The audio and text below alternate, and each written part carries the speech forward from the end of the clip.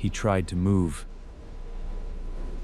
but something held him in place, like he was no longer in control.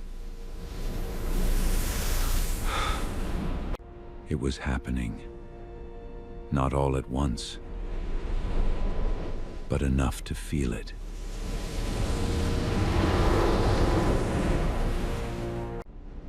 He was running anymore. He was afraid. He was even himself.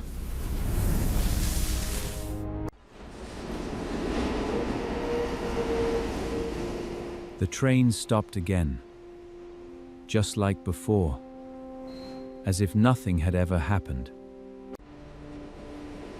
Someone else arrived. Just another night, just another passenger.